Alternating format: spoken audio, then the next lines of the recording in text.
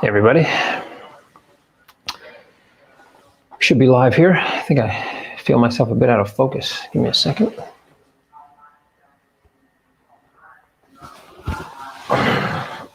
Oh Jesus, super.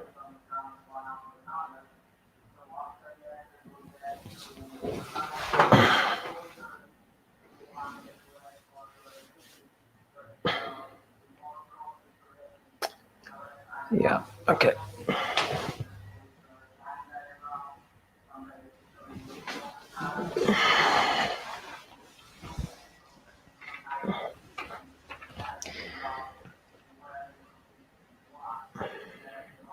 Let me fix this here. Give me a second, everybody. Technical difficulties.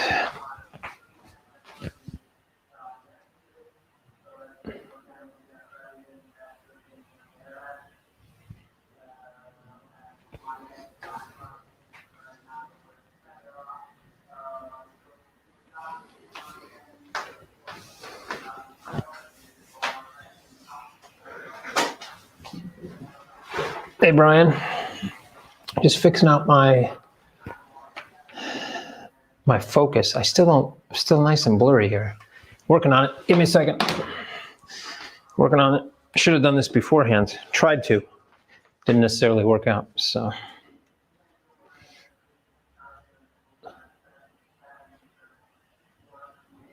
Let's see if this is better or worse.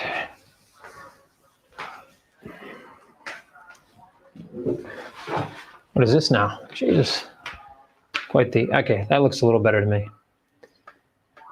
Okay. All right. Should be better, I think. Yeah. I got your point. No blur. Let me know if we're good now. Looks a little blurry on my side, but that could just be the localized connection. I don't know.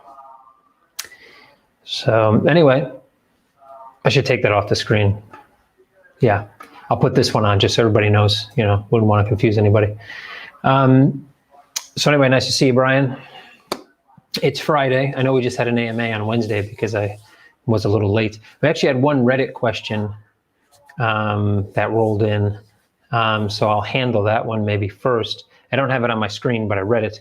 Essentially, there was a question about getting one of the Dutch localized payment option online, as well as 2 or 3 different listings of some other tokens. So when it comes to listings, no update really on any listings because we've been focused on digital securities marketplace and USD and a few other things. So probably start to see some more updates on listings toward the middle of October. But in terms of that Dutch localized payment option, we're actually waiting on some news from the Dutch regulator, the DNB. Once we have that news, it may make it easier. Right now, those alternative payment options, so all these different localized payment options that exist in different countries, they're difficult to get connected to as a crypto entity unless you go through a third party. Most crypto entities that have them through Skrill, for example. We approached Skrill some time ago. However, Skrill asked us for some legal opinions on some of our products, and then their internal legal disagreed with the opinion. And thus they wanted they wanted our website basically to only talk about crypto exchange. And that's not all we do. So we moved away from Skrill. We did have some talks with PayPal recently that were quite good. Once we raise the awareness of CoinMetro and start to get more deposits in on a month-to-month basis, PayPal will be an option, and PayPal does have Ideal, which is that localized Dutch method.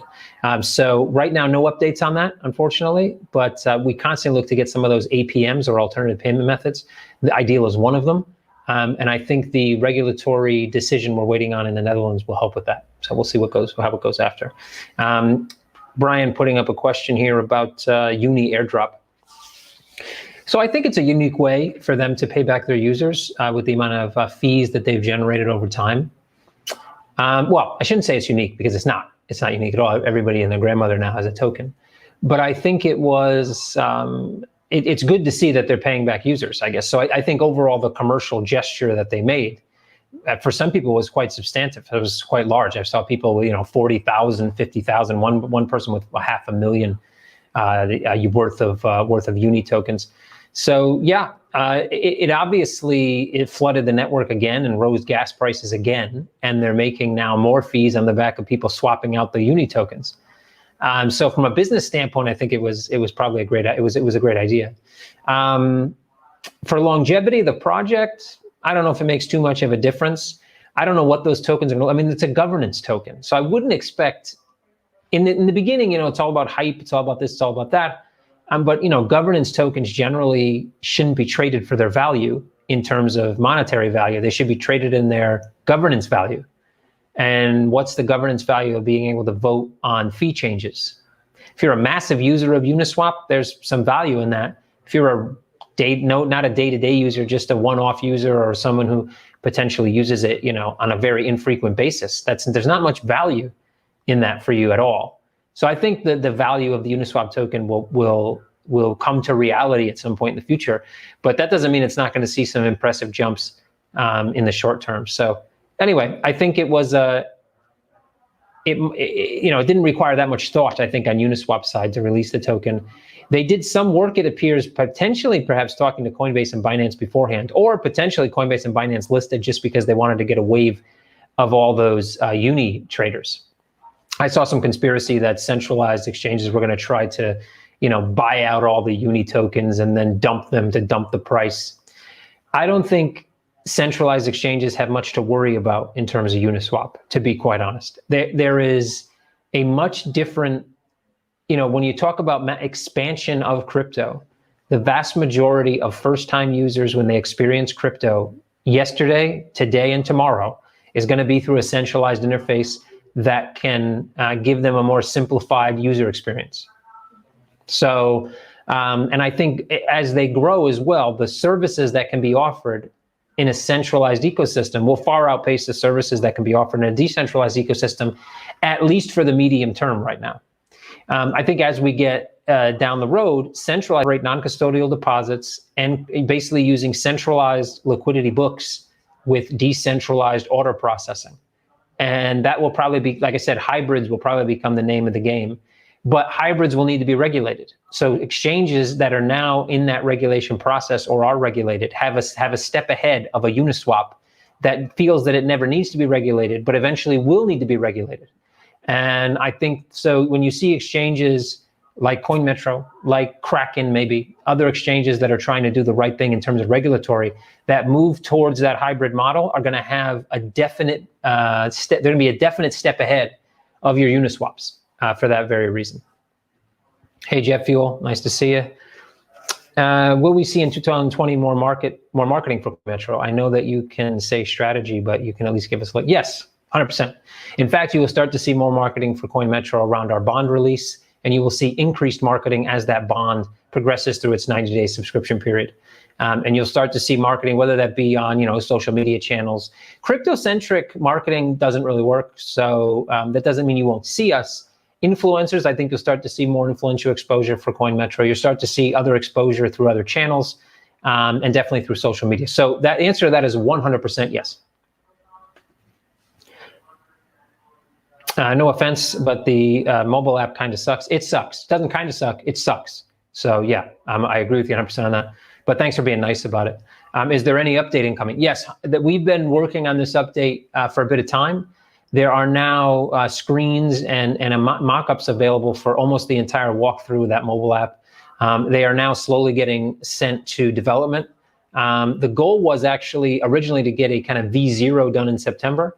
But because of USD and because of the digital securities marketplace, that was pushed till next month to October, but not a V0, a V1. So an actual more fully functional app, much more in line with the design of our current dashboard you see on our web version. I would say, look, if you're on your mobile phone, use the mobile web version. Use a mobile web browser. It's a much better user experience. It's much closer to what the app is going to look like in the next release.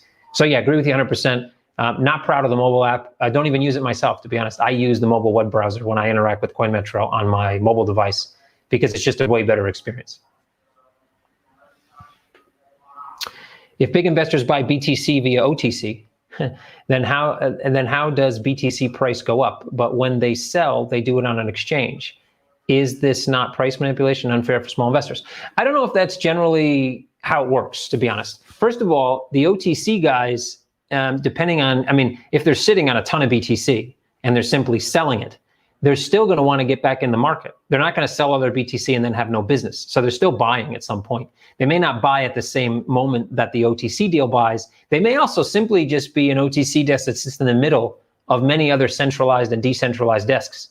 So eventually, at some point, exposure is made to the underlying market. Doesn't necessarily need to happen at the same time, but it will happen at some point. Now, the futures market is a whole other story. That's a whole other ballgame, and there's a myriad of reasons why futures, non-correlated futures buying that are your standard kind of vanilla futures where you're paid P&L, let's say in euro and not Bitcoin. There's a reason where this kind of scenario makes more sense. And when they sell, they don't necessarily do it on an exchange either. I don't think most big investors go on exchanges, to be honest. If they go on exchanges, it is basically to try and manipulate price and try to actively trade in an order book their holdings to try and increase their holdings more than likely, not necessarily to sell, to just go and dump their that might be part of the strategy. And is it price? Look, almost everything in crypto right now can be related to price manipulation. That's because the market is small compared to any other tradable market. You don't need to own a lot, especially on margin, to be able to have a percentage of the overall ownership of Bitcoin. And the way, because the order books are I wouldn't say decentralized, but they're OTC. When you say OTC, over the counter trading, or trading over the counter, whatever, Sorry. When you trade over the counter, that's what it stands for. When you trade over the counter, what that really means is that there's no centralized order book. There's no centralized pricing authority. For example, if you buy something from the NASDAQ, a stock, it's priced on the NASDAQ. And if you buy it through a broker, they simply take the price from one source, right? In crypto, everybody has their own source. Every exchange has their own source. So it's all OTC. And when that happens, manipulation can run amok, because someone can find a low liquidity book and manipulate that book, even though they're not manipulating the wider price of BTC.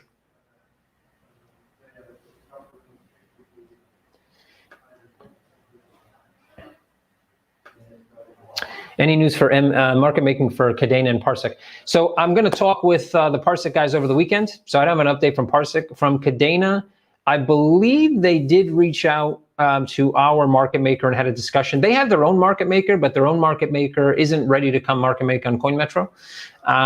However, our market maker is ready, and I believe they had a conversation this week. So I will follow up with that. I don't have any news for you today, unfortunately, but we're actively looking to get that market maker up and running for sure. I'm interested in Cadena myself. I haven't purchased any because, well, same reason why maybe you haven't purchased any. So there you go. Hey, Kev, sorry about the length. Don't worry about that. Was listening to the last AMA the other day and heard you rant about Ledger. Since I started using Zelcore, I've been thinking about how nice it is, I guess. Yeah, I was just ranting about Ledger in the fact that I gave them a brilliant business idea that would have propelled them so far, to propel them to such a level where they would be integrated on every exchange. Every centralized exchange right now would have Ledger integrated, and they would be doing non-custodial trading. And they thought it didn't make sense, and I thought that was crazy. But from a product standpoint, look, I own a few Ledgers. I probably have like 6 or 7 Ledger wallets. So from a product standpoint, not really ranting. Totally agree with Giancomo here. When an improvement. Yep, Ruben, we all agree. Trust me, I don't think there's anybody out there that doesn't agree. We all agree, and I've made mention of it a few times. So. Yes, of course. Actually, it's been ongoing integration of Parsec services. We're actually looking to create a specific service that potentially our users could use through the CM interface. And I think that's going to be pretty interesting, to be able to garner information and just have a better trading experience. So. In the works. Is there a set date for CM bonds? Set date, no, but I think set time frame, yes. So we're looking at Essentially, we're trying to get it out first week of October, but our kind of ultimate red letter deadline is by the 15th. How nice it would be, I guess this is continuation, to have CM integrated into a non-custodial wallet. I agree.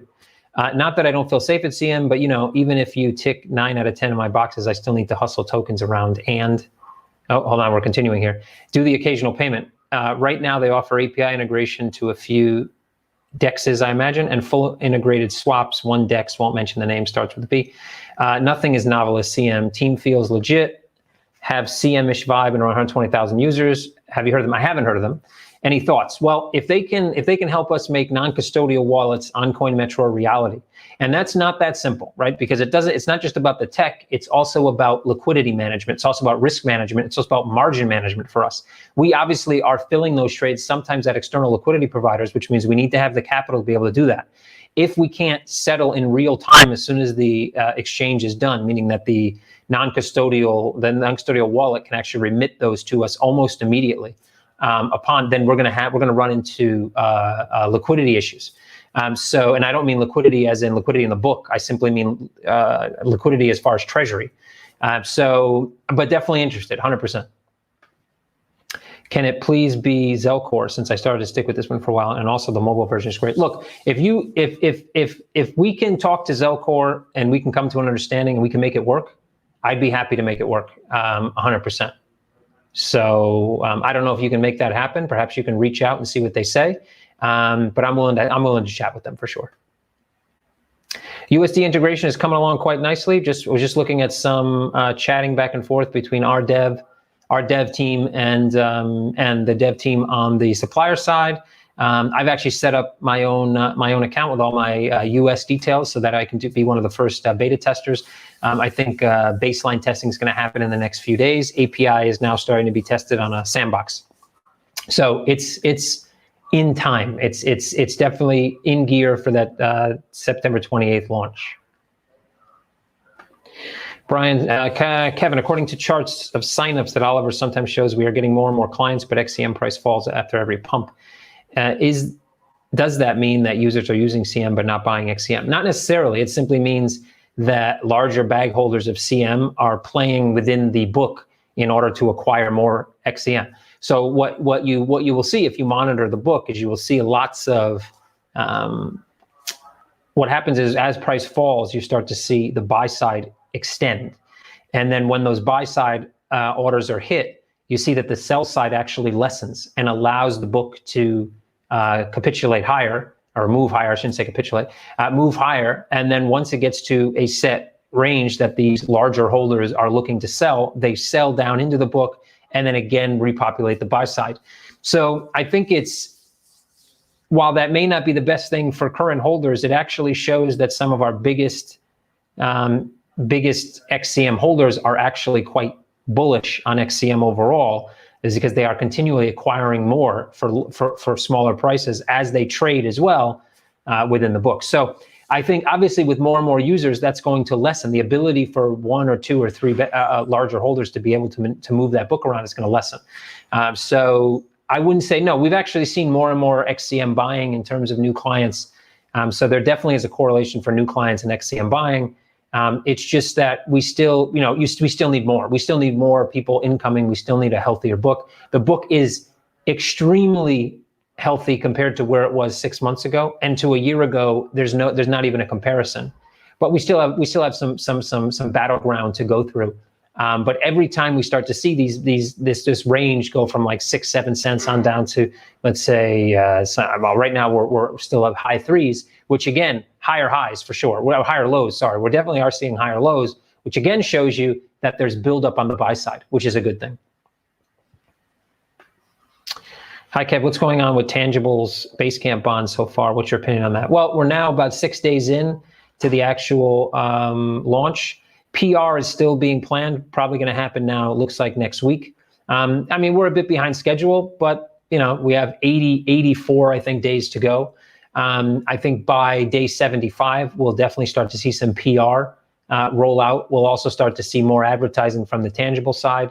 We'll also start to, when the CoinMetro bond comes out, CoinMetro will be doing substantially more advertising, which will bring people to the marketplace. They will also see tangible. So, I think tangible is great because it's a first offering and they're testing the waters, but they're also going to miss out on all the influx of new clients as more and more and more offerings come to light. And we have a few in the pipeline that are quite unique and quite exciting. And I think a lot of people there's going to be a lot of interest. Some of them are also bringing their own investors.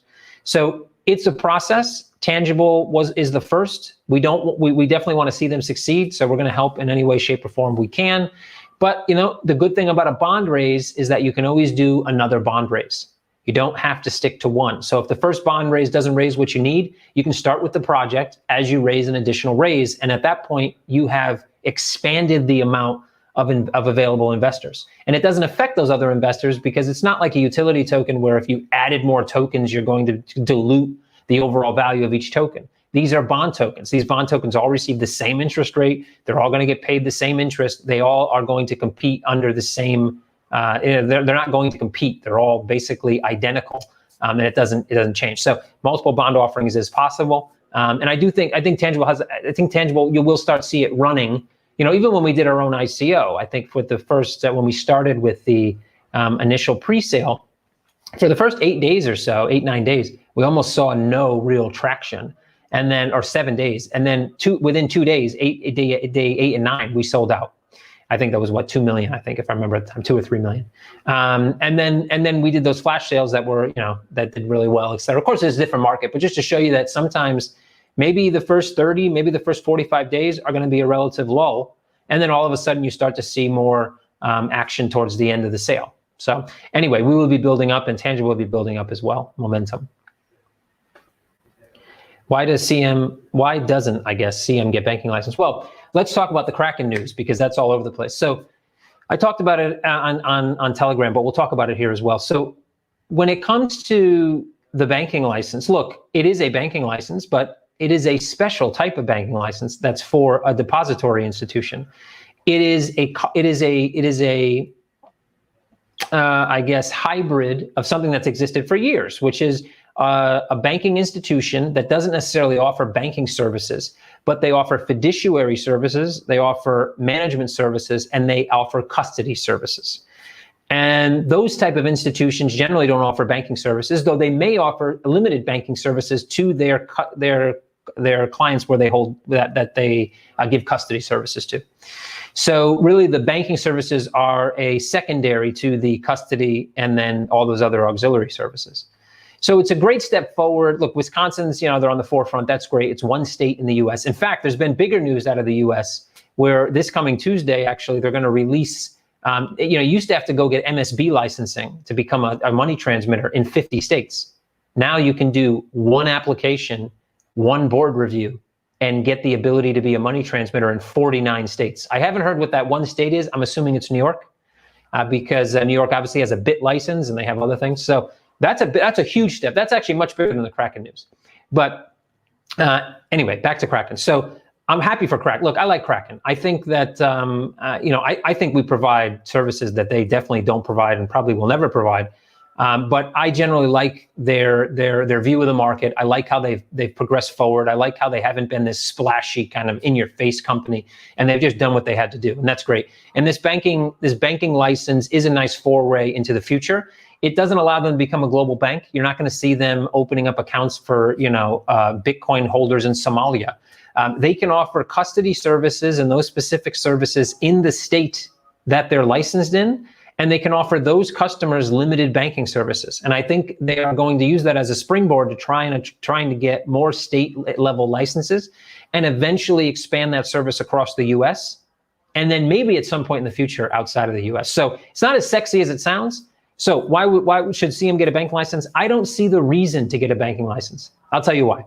In the EU, there's a myriad of licenses that can give us, look, one of the only reasons to get a banking license, to be quite honest, is the ability to offer loans and get access to, the mechanism by which you can loan more money than you have on the books. That's the reason. And this license that Kraken had doesn't give them that. They don't get the fractional reserve. They don't get the ability to issue more loans than that. They can't even issue loans. So if you take the loans out of the equation, which you can offer specialized loans without a banking license, like crypto loans, for example, collateralized loans.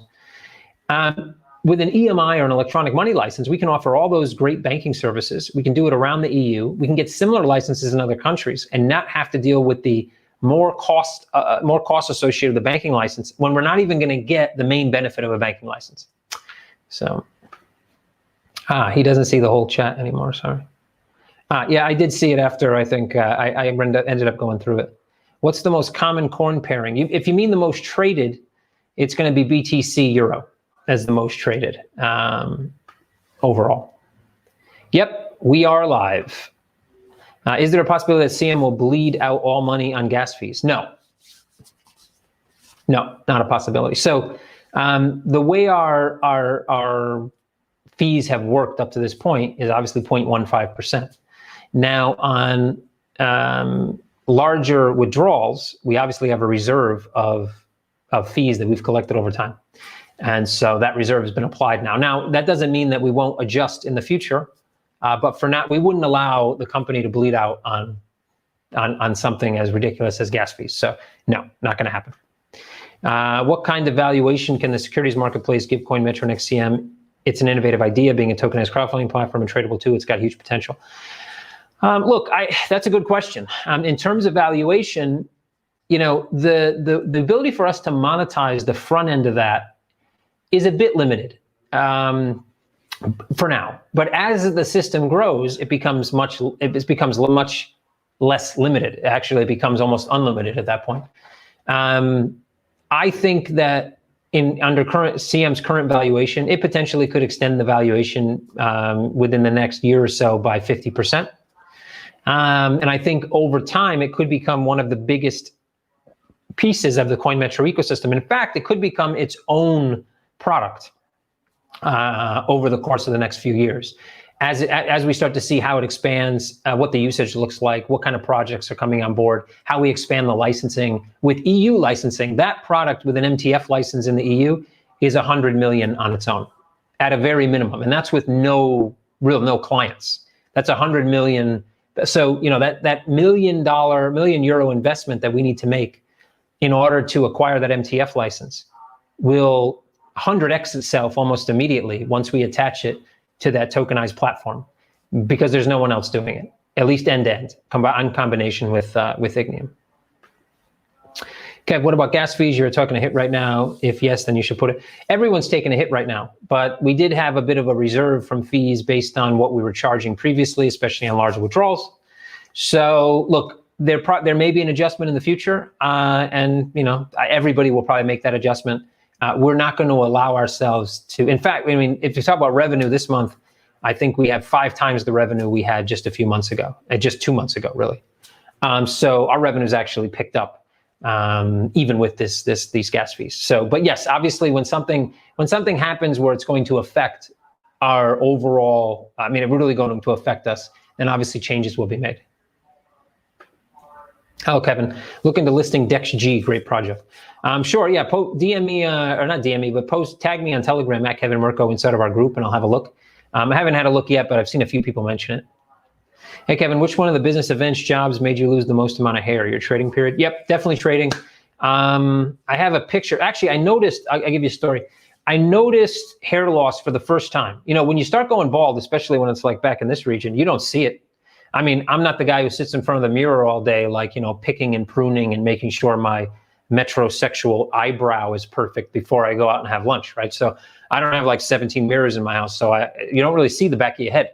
And being a taller individual, most people generally aren't going to see it when it starts either. And if they do, most people don't mention shit like that to you when you sit down, like, hey buddy, you're going bald? You don't really get, that doesn't usually happen in a conversation. So I was in Malta, 2013. And I literally remember this vividly. It's probably one of the most vivid memories I have in my life, which is either sad or funny. I don't know, maybe both. So I was looking down. There was they still do milk delivery door to door in Malta, right? So there was empty milk bottles from the fucking 1950s in front of somebody's door, and I bent down to have a look at one of them, and there was wine bottles, because they also have wine delivery, right? So I'm looking, and I thought it was kind of funny. And I look up, and there's one of those, dome mirrors that go on streets so you can see around the corner. And I see the bald spot for the first time ever. And I'm like, holy shit, why didn't anybody tell me I was going bald? And I was actually upset for a few days. Like none of my friends or even my wife was like, dude, you're going bald. Nobody said anything. And at that point, I remember touching the top of my head and I felt hair. It's weird. Like I haven't lost a limb and I hope I never do. And I hope, nobody else does either, but I've never lost like a leg or a fucking arm or anything. But you hear those stories, like somebody loses an arm and they can still feel it. Like they feel the arm. I swear to God, even now, man, I go like this and I feel kind of like, it's not that bad. And then I look at it and go, right on. So yeah, trading, definitely trading, late night trading periods, both making money and losing money and not sleeping, combined with every other stress mechanism that happens in life, combined with major stress from trading is definitely what caused this for sure. Do you think we will ever see XCM above €1? It's so devastating to see BNB keep increasing in price and XCM still far below it. Yes, I do. I see that as, I don't see a future with that not happening. And BNB rises for a lot of reasons.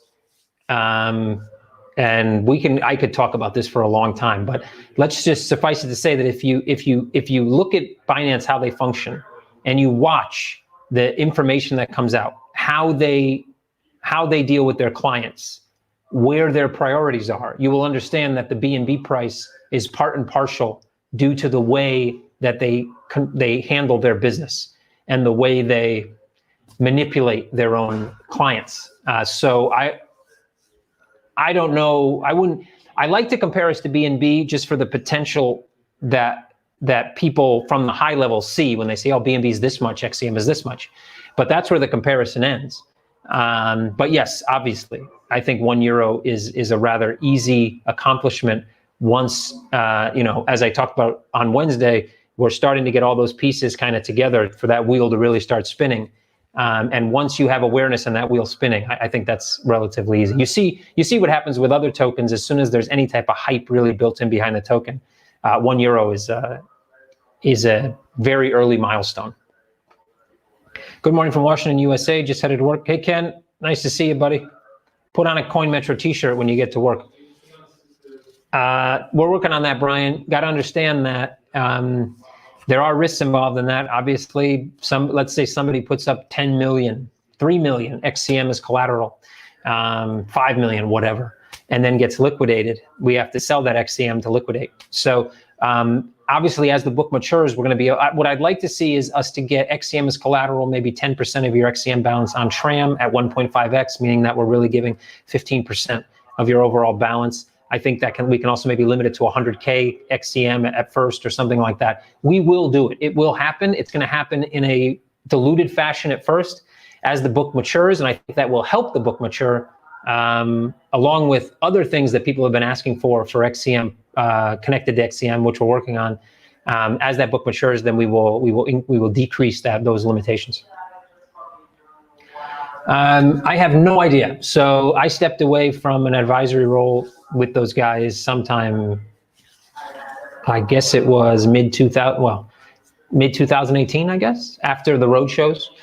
So yeah, I have absolutely no idea what's going on with them. I've heard some bits and pieces here and there about progress and things like that, but I can't really comment on it because I honestly don't know. So that would be a question definitely to ask them directly and see what they come back with. All right, oh, look at this. So just so everybody knows, I can't even see myself. This is absolute bullshit. So there's a fake CoinMetro on YouTube. We've been trying to get rid of these guys for months, and Facebook won't do anything because they're a shitty company with a shitty management board. So if you see this anywhere, if you see this, please report it and get it out of Facebook. Because it's absolutely nonsense. Hey, Musab, I've touched on this a few times. So securities marketplace, the primary side of it, unless it doesn't necessarily have a correlation, other than the fact that people come to sign up for accounts for CoinMetro to get involved in those primary sales. Thus, they may use other CoinMetro services. The secondary, though, involves fees, obviously, because they're trading on the secondary market. They're going to induce fees. Those fees, just like all the other fees on our exchange, converted into XCM. Right now 100%, but in the future would be less than 100%. But yes, so there will be a direct correlation between secondary market and XCM. Yeah, Craig, yeah, the one above, that's definitely a scam. Again, everybody report it, please. Report it. Facebook has literally told us there's nothing wrong with it almost. Even though Facebook denies our ads all the time, which is amazing. Thanks, not the one compound liquidity lending token.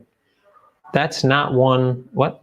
There's not one non-compounded liquidity lending token where Uniswap is the main trading platform, but haven't dropped at least 50% in the past 3 weeks. Has DeFi killed Uni as an initial release space? Look, those are the problem with an unfiltered, unfettered access to a market is you get shit. We saw it with the ICO market. The regulatory bodies as a whole have tried to pin down that, and the ICO, they kind of killed the ICO market a bit. But there's been different iterations of ICOs over time, but they've also stopped the scams, right? So that's the problem. It's the reason why Uniswap is going to get hit at some point in the future with some type of governance action, because you can't have a completely decentralized marketplace in regulated finance. It just doesn't happen. And if you stay outside of that regulation, eventually things like this will destroy your business. So it's like, at first, Uniswap's going to make a lot of money, as they have been, because they're this new thing. Anybody can get listed there. They can list fast, but that brings in, so that's great. But then that brings in fraud and brings in scams, which then people can start getting tired of those frauds and scams, and they move away from Uniswap. At that point, Uniswap may voluntarily look to try and diminish the amount of scams, which will put some centralization into their decentralized exchange. Again, it's a bit of a cycle. We kind of saw this already. We're going to see it again. I know, just like everybody in the ICO days thought the ICO thing would never end and it was awesome and fuck the banks and all this shit. And now they think the Uniswap thing is going to last forever and fuck the banks and whatever. It won't. So there needs to be a thought process on how this can happen. And I don't think it can happen without any form of centralization. Hello, I sent 2.0 as credit. Again, this is bullshit, bullshit. Just so everybody knows, 100% bullshit. Again, CoinMetro you don't send us money and expect more money back. It's absolute nonsense. Somebody please make a snippet of this and post this right on Facebook anytime this comes up. If you see anything that talks about CoinMetro giving away X amount of the Bitcoin or whatever you send us, it is a lie. It is horseshit. It is a scam. We've reported this hundreds of times now, and our clients have maybe reported it even up to thousands of times, and Facebook has done nothing. They may care about what Trump tweets and puts on the Facebook platform, and they want to shut it down. But I guess you can scam people for Bitcoin all day long, and Facebook doesn't care. So please make sure, heed the warning. It's bullshit. Or horseshit. I like to say horseshit. I think horseshit is better than bullshit. Anyway. Do you plan to add again order to lock some amount of XCM to use Tram? No, no, I don't think so. It complicates the user experience. What's going to be the thing that pushes XCM over the edge? We have a few, look, I think we have a lot of things already that have that potential. They're just not enough awareness. Awareness is going to help push XCM over the edge. But we have a few products that will be coming out potentially Q4 and into Q1 that I think will absolutely bring awareness to CoinMetro, that tie in multiple products we have and or as many products we already have, plus products we're going to develop that give multiple streams of passive income on, let's say, unused portions of funds that sit inside of our platform. And I think that's going to be big. So I'm not going to make an announcement about that one yet, but we'll make it an announcement, a pre-announcement about that in the next coming weeks. But I think we already have things that could push XCM over the top. It's awareness. It's awareness. It's making people know that we exist and showing them what we already do would already probably 10x the current price, to be honest. We just haven't gotten the awareness to do it. You can see what happened with Parsec as an example. They 60x their price. Okay, they fell back down to 20x from their low. But from their initial offering that they did on CoinMetro, they're still at 4x right now. And they did that based on awareness. And their awareness came from Uniswap because they could tie into this DeFi bubble. That was their thing. You see, there has to be a thing. That's not our thing, but we will find our thing. That's for sure. And like I said, I think we can already, it may already exist. Jesus Christ, these guys are ridiculous, aren't they? Scam. So I don't even know why I'm putting these up. I wouldn't even be surprised if they start using this video and like try to double, like they'll dub me with some like, I don't know, Russian, Eastern European voice and be like, this is best investment ever. You look at this investment, I make a 3x. If you guys see that, by the way, it's not me. I talk like this. Look, literally anytime you see something that you think might be nonsense, DM me in Telegram. If I don't respond with a voice message, it's bullshit. I'm happy to say that the system works. There's no bugs in the settlement custody. The whole underlying system works, and it worked as we envisioned it to. And that's amazing. Would I like to see more money on tangible? Sure. But we have time to get there, and we will get there. The goal will be accomplished. So, you know, look, you can't have everything you want in life. The fact that it worked is already a big plus in my book. Yeah, right. I mean, Jesus, what do we got? Like 5 posts from these jackasses already? It's amazing. Look at another one. Jesus Christ, Greg Thompson. This is bullshit again. Again, if you hear me with a Russian accent or the words don't quite match up with the way my mouth is moving, it's because they dub this and try to make it legitimate. This is bullshit. Don't. You see, I'm trying to make this as I don't know why I'm not going to post any more of them. So, what do I think of Ample? No real thoughts on Ample. I think, like I said, DeFi, I think, will become a part. Traditional finance will eat DeFi. DeFi will become a part of traditional finance. It absolutely will. In some aspect, there's already were some decentralized pieces of regulated finance. When you talk about securities, billboards, where people can people can sell to other people without any regulation, that's existed for years. And that's decentralized to a certain extent. So I think, you know, DeFi, I think most of the projects that currently exist, and even the legitimate ones that do legitimate things, once the demand for the interest outpaces the ability to generate the interest, which will happen in a relatively short amount of time, most of these platforms that provide, that mainly get their exposure because of the the people looking for these relatively large amounts of interest, when those rates fall to only maybe 30% higher than traditional market, that demand is going to taper off. So, I don't know. I don't have a huge. I'm not sure any of the current companies will be the DeFi company of the future. That's my point. When will Q4 roadmap be released? I think every roadmap is great. I don't think anyone's better than the other. And every time we complete one, it makes me happy. I hope it makes you guys happy too. Q4 is gonna have a few cool things on it, things that we never really discussed that weren't in the white paper. Probably some of the first products that we never really discussed, which is interesting. Q3 though has USD and the securities marketplace, which is pretty good. So anyway, I think every roadmap is great, and it should be. I think it'll end up being released by the end of next week. That looks to be accurate time frame for me. New apps like I talked about. New app is going to be in October. I would hope to see it mid-October, but in the month of October we'll get that baby released. Another one. This is a scam. I don't know why I'm like auto-clicking on all these things, but this is a scam. It's bullshit. Don't fall for the nonsense. Nobody will give you 2 to 3 times the money you send them for nothing. It doesn't exist. I don't care if it's crypto or anything else. It's a scam. Save your money. Because DeFi simply just means, the core of it is decentralized finance. You can have many parts of your ecosystem that are decentralized with having a centralized piece. For instance, KYC can be centralized.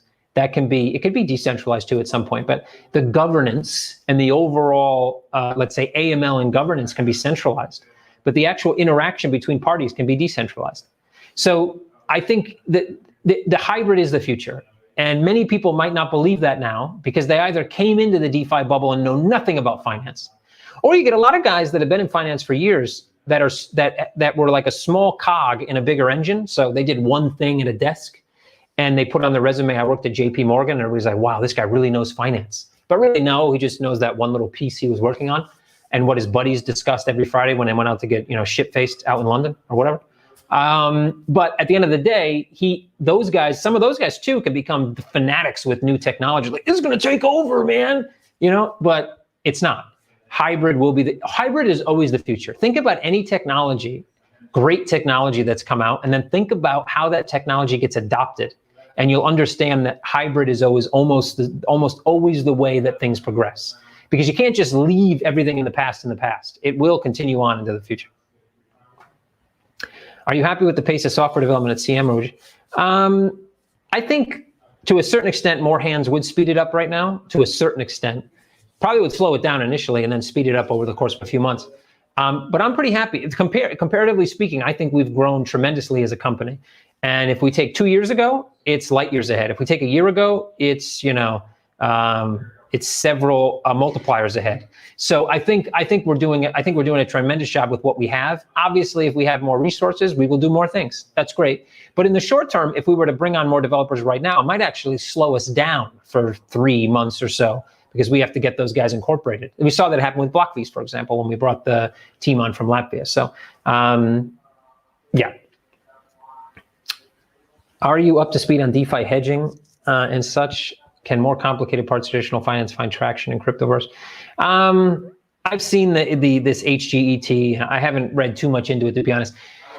I think a lot of these things, it's not that difficult, guys, to do most financial operations in some form of decentralized manner. But that doesn't necessarily make it, just because you're removing intermediaries or removing some centralized piece of an ecosystem, it doesn't make it better, especially at scale. So I think, I've looked at them, but to me, almost everything that's happening in DeFi is happening too soon. Just like futures. Futures markets happen too soon for crypto. That's why they don't really have great volumes yet. That's why more than likely fake volumes, but the volumes of deliverables still largely outpace that of futures. And it shouldn't be that way. When futures are launched, they should outpace deliverables by leaps and bounds. The reason why they don't is because it's too soon. It's still too soon. So I think it's still too soon for this.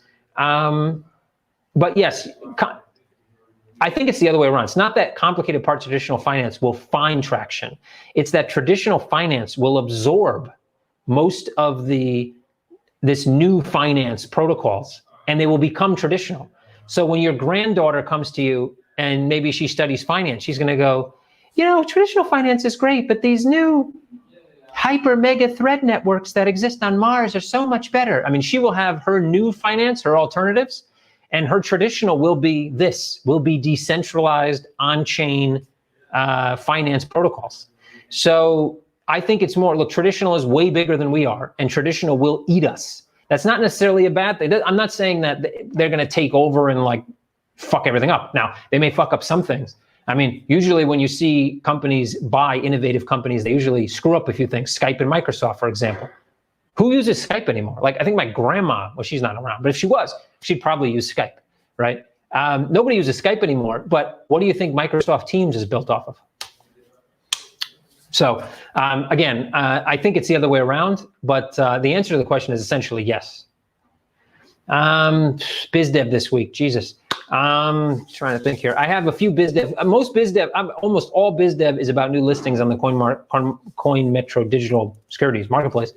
One is a genomics company, quite cool. You can basically profit off your own anonymous DNA. You can sell your DNA data, fucking cool. And a few others, tokenized fund and a few other things.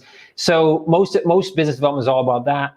Nothing really on new listings per se as of yet, even though all these companies will become secondary market participants and new listings. Not really on my radar. I met the guys once in Switzerland.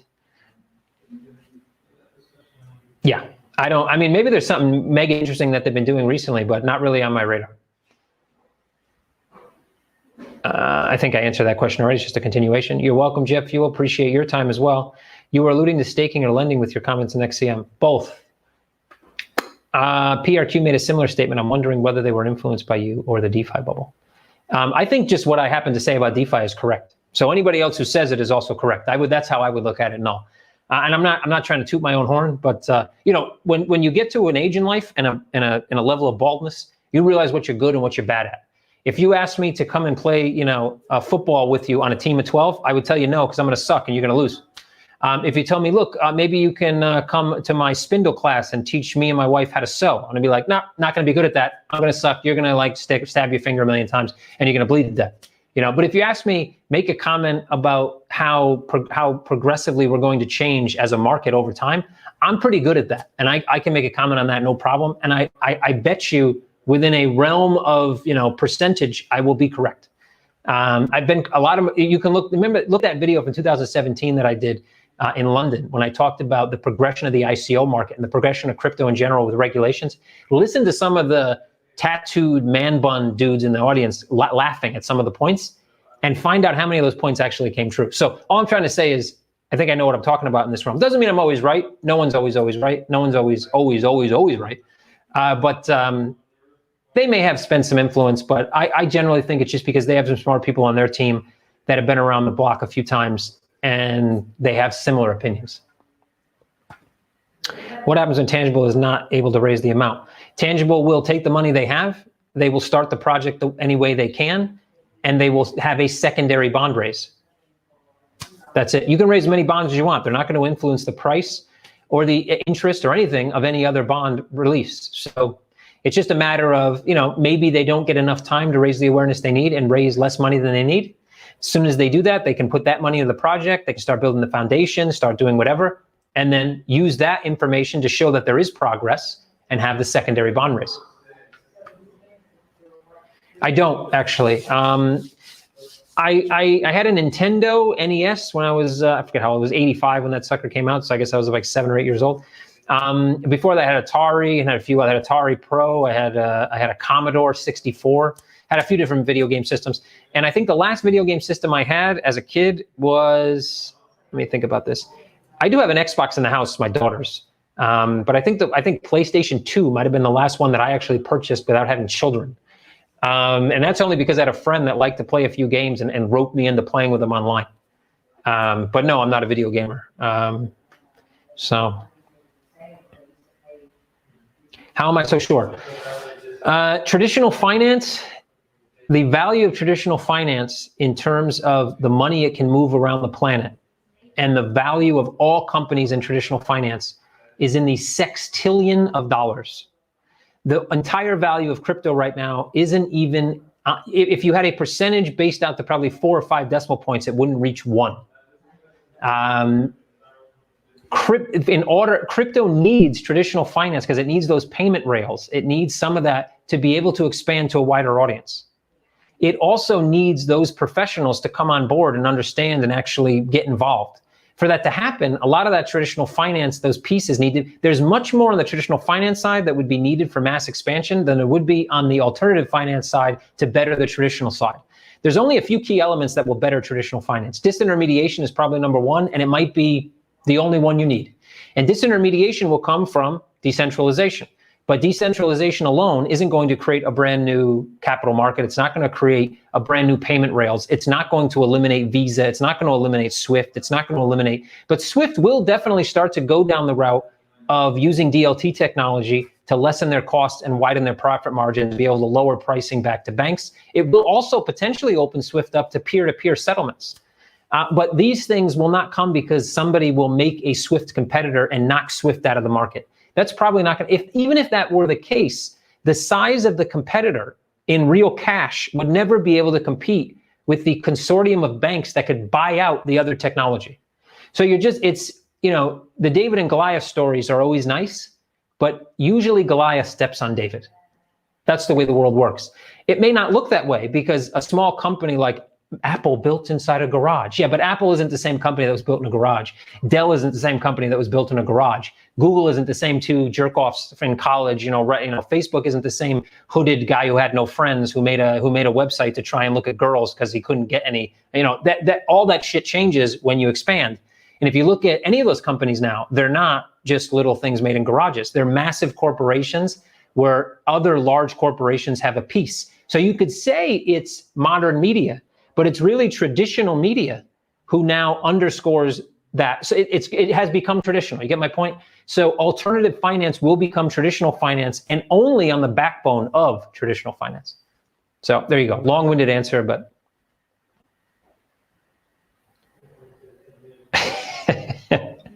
yeah. I didn't mean to say that all Russians are, scam artists or anything, but I kind of have a feeling that this current group is probably Eastern European.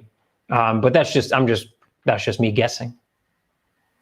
That's essentially what we're doing without actually getting a banking license. In fact, we're close to that right now. I mean, the only thing we're missing now is the outrolling of the debit cards and a little revamp on all our dashboards so that you can actually run your banking services. But we'll be there rather soon. Decentralized VPN. I haven't actually read much about decentralized VPNs. In reality, most VPN networks are almost majorly decentralized anyway. That's what a VPN is. It routes your traffic through multiple proxies in a decentralized manner. Obviously, there may be a centralized hub. So I guess what they're doing is, instead of having that centralized hub where you may log in or you may be connecting to an initial IP, you're probably connecting to something that's built on a platform of nodes or a mesh network. I don't know how much better that would be in real terms of usability or privacy, to be honest. Everything new is good for privacy until it's not, because eventually someone figures out somewhere how to get into it. So yeah, I haven't read up about it, so I can't make too much comments about it. USD by the 28th should be launched. 10 more days, guys.